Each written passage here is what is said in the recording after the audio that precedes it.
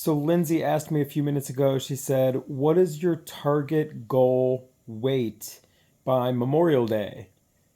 And I thought about it for a few minutes and I basically have no idea. And then I started to think about it and I'm really happy that I really haven't been putting an emphasis on this target date or this target weight by a certain date or this target amount of money by a certain date or target amount of houses.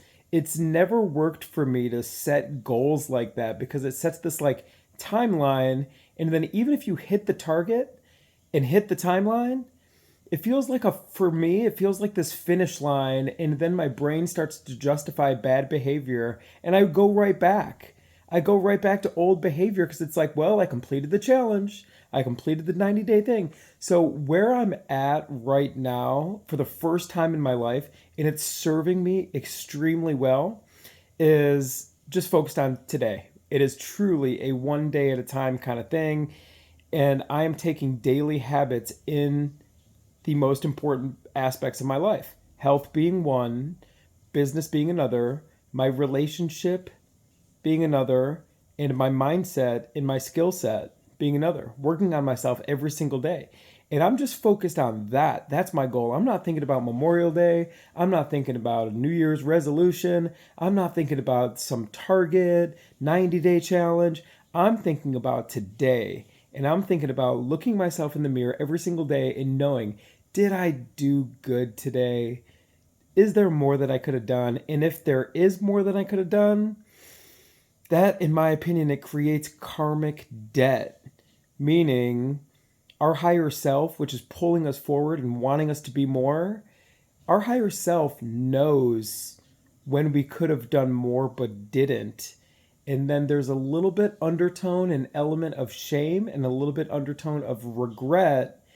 And then when we feel this shame and regret, maybe the next day, maybe it's at some point that karmic debt needs to be paid. And when we feel these negative feelings, sometimes that creates impulses and it creates, I want to reach outside of myself and I want to soothe this low vibration with gambling or drinking or drugging or, shopping or anything outside of ourself. So, the biggest thing that I'm working on, and that creates a downward spiral, by the way. Once you reach outside of yourself, you subconsciously tell yourself that you're not powerful enough to be happy on your own. So you need outside substances or something like that. Then you feel shame and regret from that action that you did to try to soothe the previous pain or previous shame and regret. It's like this downward spiral. So here's the thing, everybody. I am all about setting one goal and one goal only, and that is the goal of looking at myself in the mirror every single day and knowing that I did my best.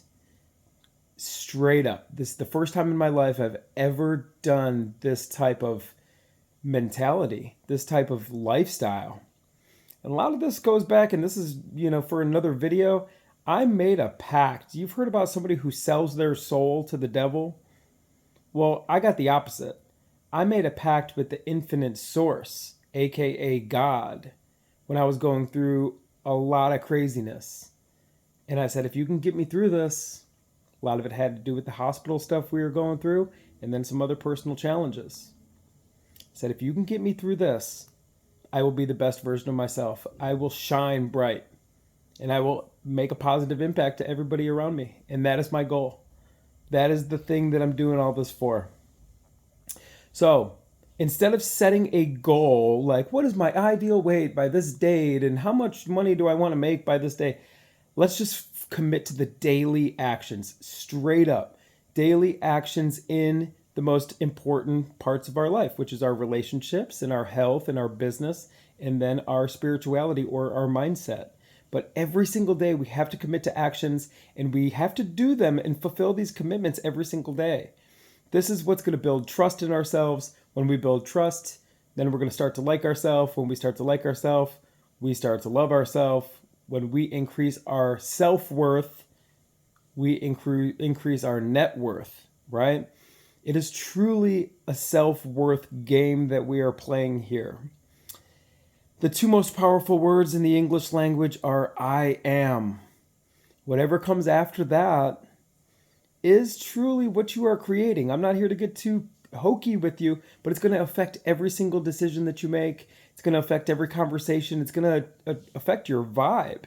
We all know the saying, your vibe attracts your tribe.